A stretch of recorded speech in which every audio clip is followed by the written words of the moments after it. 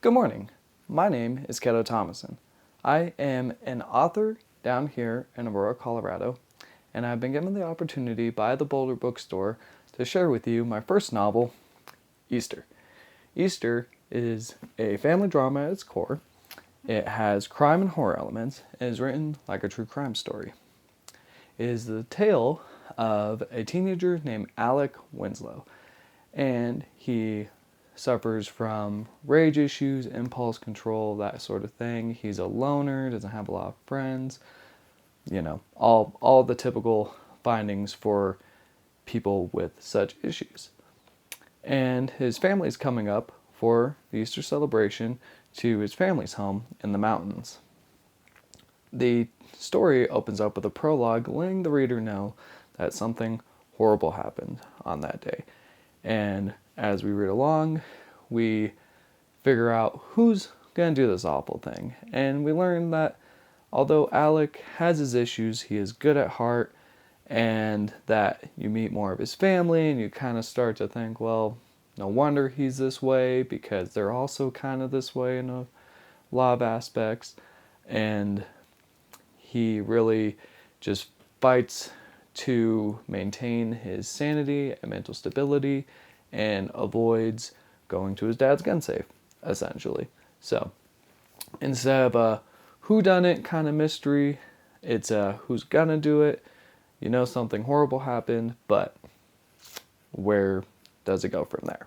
So I invite you guys to please sit down and enjoy the questions and the responses I give. And thank you again to the Boulder Bookstore for giving me the opportunity to share this with you guys. I had two major influences when it came to writing Easter.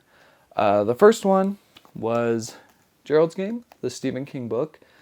This was the book I was reading near the end of my film school experience, just casually for fun. And once I got through it, I thought this seemed obtainable. It seemed like something I could do. I had practice in writing feature-length scripts and such, so this seemed not too detailed, but it definitely gave me the sense of like, you can write a story like this. You can add all this background information to characters, flesh them out, that sort of thing. So yeah, this one definitely got the ball rolling on that. The second piece of work that inspired Easter was Quentin Tarantino's The Hateful Eight. This is the screenplay, but it was the film itself that inspired Easter, because it's about just a bunch of angry characters stuck in a haberdashery during a snowstorm. Both are one location stories. There's some flashback stuff involved, of course, to flesh out the characters, the story, the conflict, all that sort of stuff. And both of those really leaned into the idea of put all these people, one location, make something happen and pop off that just completely changes the dynamic and turns things violent and deadly. The other thing that inspired the story was just life around us, right? We have all the stuff with mental health in our society that are issues, things with like Columbine, Century 16 that affected the state I live in, for example. So writing something that really tackled a subject that is unfortunately rather common in our society, and just, true crime, serial killer, stuff like that as well, influenced my writing and where I wanted to take the story and just how raw and unhinged it needed to feel sometimes. And for me, it was definitely a way to vent out some things and just to get it out off my chest. Squeeze the sponge. If you have a sponge that's, just dripping with water or whatever, and like that's kind of how like your brain is. You gotta squeeze it out. Gotta write it. You gotta do something to vent it out or do healthy things. And that's really the point of Easter, was to get it out, show people they can do that while tackling these dark subjects in the way I did. So our next question will actually dig into more of my personal experiences and how they relate to Alex's character. For me, my temperament issues definitely started to develop a little bit more during the sixth grade. I had realized that I was maybe more of an outcast than I had noticed before in like elementary school, and experienced my first episodes of bullying around that time as well. But yeah, my temperament was certainly a thing growing up.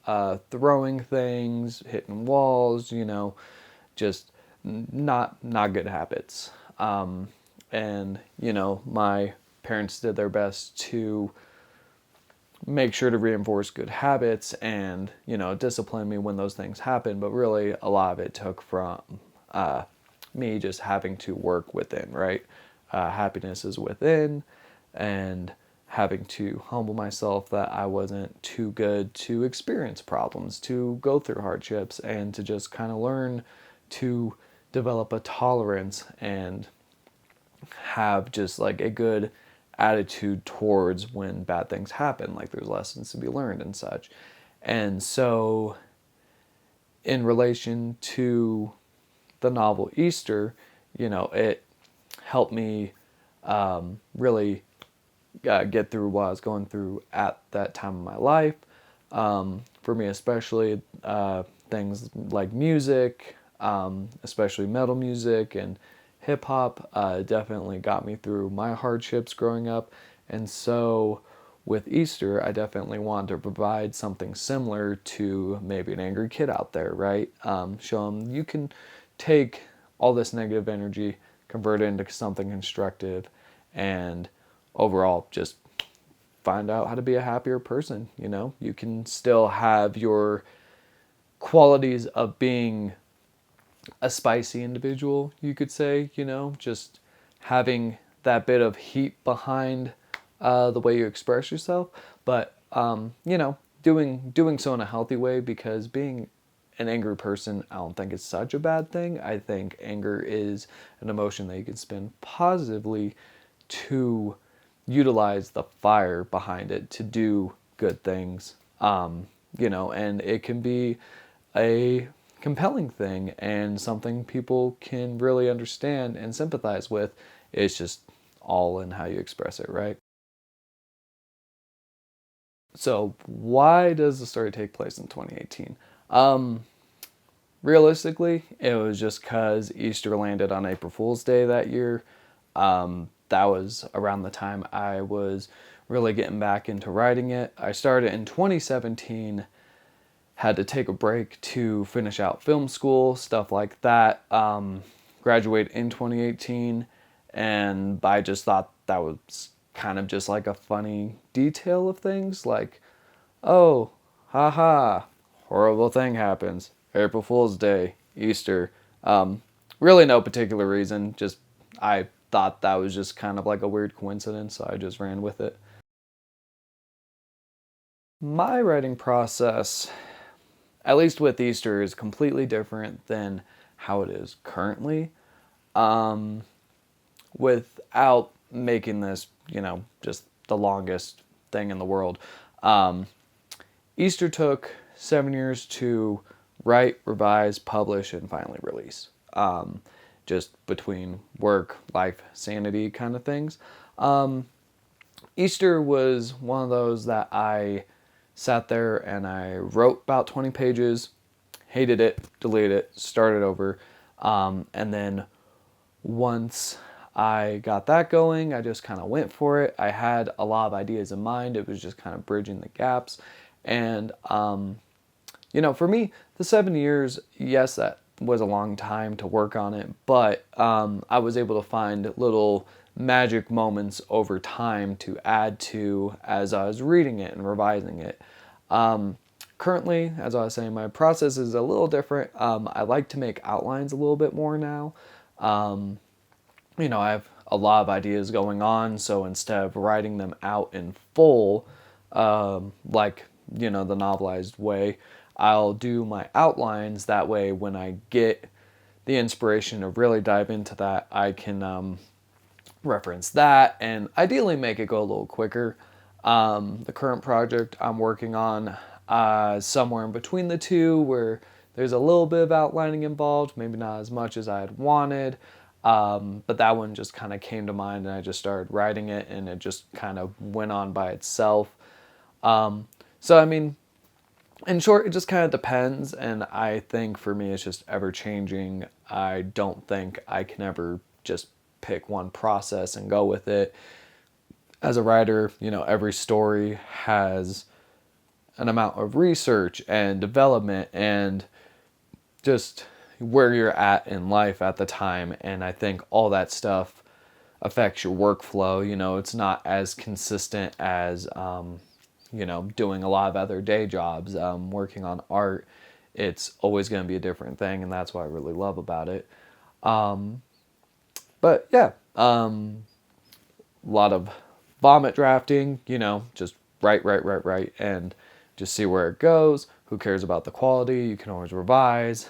Outline when you can or when you're inspired to. That way you can come back to something and know where you're going from there. You have a lot of ideas and inspirations in the moment. Get them down. And another thing about my writing process is I handwrite basically everything, especially the actual writing process of, getting the book down. I write it. I handwrite everything. I type it up. I have a weird process where I will print out a chunk of what I've written and I'll revise it kind of as I go. So I'm sort of doing like 3 different things at once, but the shifting of gears kind of helps with the weird ADHD style I kind of have with writing. So, I mean, it works for me. I don't know if it'd work for many other people. I think everyone else has to kind of develop their own way, but it's always good to learn from other writers for sure.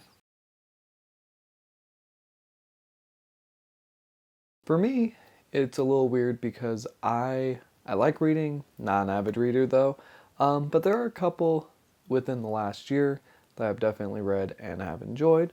The first one was The Gravemaker's House by Reuben Weber. It's a 1960s suspense story. The gravedigger, he kills a guy. Everyone's too afraid to confront him about it. They're all pretty certain he did it without any solid evidence due to the events.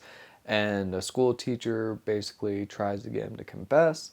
The second one is Finally Home by Grace Beckley Craft. And this one, I actually met her at the Colby book signing I did in Kansas at the Pioneer Memorial Library. And she's a young author, really cool, very polite. Her story is about a girl running away from an abusive home and ending at a Native American camp. So definitely one that's worth checking out. I believe you can find both of them on Amazon. Definitely Finally Home. The Gravemaker's House. That one I just kind of inherited, so I'm not sure if you can find it on Amazon per se. But yeah, those were the two I read The Gravemaker's House. I haven't gotten through Finally Home all the way just yet. So far I'd recommend both. So yeah, definitely check them out. I've already talked about Easter in great lengths. I'm not really sure what else to really add. It is kind of a thicker book, 450 pages roughly. It's available on Amazon through Page Publishing and through me directly. Any purchases made through me, I'll include stickers. I will sign it free of charge. And if you go to our Instagram at Morbid by Nature, I have my Linktree set up. You can reach out to us directly through there. If you prefer to purchase directly through me, I will ship it. I can deliver anywhere in the Colorado area, as long as it's, within the Denver metro area, I should say. But yeah, not really a whole lot more I can really add to that. Besides that, just, it's a thicker book, slow burn. and I believe it's worth your time. We've gotten overwhelmingly positive responses, so I hope you guys support it, and we will be doing an excerpt from it and see if that grabs your guys' attention. The tragedy that befell the Winslows and their extended family is a gruesome and unpleasant one at best. Over the course of 5 years, I have taken what I have learned from diary entries, both digital and physical, to construct a narrative that is accurate to the personalities of each individual as well as an approximate timeline of events that took place. I have also conducted my own separate interviews with various residents of Thomas County and the colleagues of each person involved in this incident of misfortune, to bring a much more educated look at each family member's inner workings. Additionally, I have done extensive research using the police reports filed after the incident to further solidify the facts. These include crime scene photos, interviews with surviving family members, video evidence, where available, and floor plans of the home. I will neither confirm nor deny whether or not I may have trespassed at the crime scene on one instance or another, but it would have proved to be essential when looking at how the events that had taken place unfolded. Some events are combined or imagined for dramatic and interpretive purposes. Furthermore, some dialogue is imagined to be consistent with these events. Be warned that what lies ahead is truly not something for the faint of heart. For what took place, it was an American family's civil war. Signed, The Independent Journalist, April 2023. Part 1. Happy Easter. Chapter 1. Sunday, April 1st, 2018. 7:30 a.m. There were two things that came to Alec Winslow's mind when he awoke that Easter morning. That today would be plenty dreadful and that someone would die. The latter, Alec suspected, might even be by his own hand. Alec hated holidays because that meant he had to endure another episode of pretending to love his family. On an average day, he had to tolerate his parents with their strange asphyxiation with his every step, cough, and bowel movement. Being the youngest in his household, Alec always had to endure an uncomfortable amount of attention from them. However, it wasn't the obsessively loving kind of attention they gave, but rather one filled with micromanagement and criticism. As far back as Alec could remember, he wasn't capable of doing anything right, and was made to feel guilty for it. He could never improve, no matter how much effort he put forth. Thus, he became paranoid and self-conscious about everything he did. Alec figured there would be some kind of law against such treatment, but then again, styles of parenting usually landed in a gray zone. His parents provided all the necessities and more. They were well off, and there wasn't a thing in the world they couldn't obtain. However, there was something they didn't possess that couldn't be bought or held. It was love. That basic fundamental was certainly something his parents were confident of. He had witnessed it with their interactions with his siblings. But Alec didn't feel that warmth personally. It was as if they kept him around because they felt obligated to, not because they wanted to. He felt like a burden on his family and the world. He knew he was good at heart, but he was also at the brink of how much he could endure. As for his siblings, they weren't as troublesome. One was dead, but Trevor had been cocky and arrogant when he was alive. As for the other two, they just let Alec be. Selena, his sister, was probably the only family member that he actually loved. She always checked up on him and was genuinely curious about his mental well-being. She listened to what he said and not particularly how he said it. Selena would talk her brother through his emotions without passing judgment, or at least to the best of her abilities, and that was exactly what he needed. Last was Vincent, who was kind, but there wasn't much of a connection between the two of them. They had a silent relationship despite being closer in age. Neither of the boys were at fault, but neither really went out of their way to improve their family ties. I'd like to extend another thank you to the Boulder Bookstore for allowing me to have this opportunity with you guys today. I appreciate your support, and I look forward to possibly seeing you guys at a meet and greet in the future.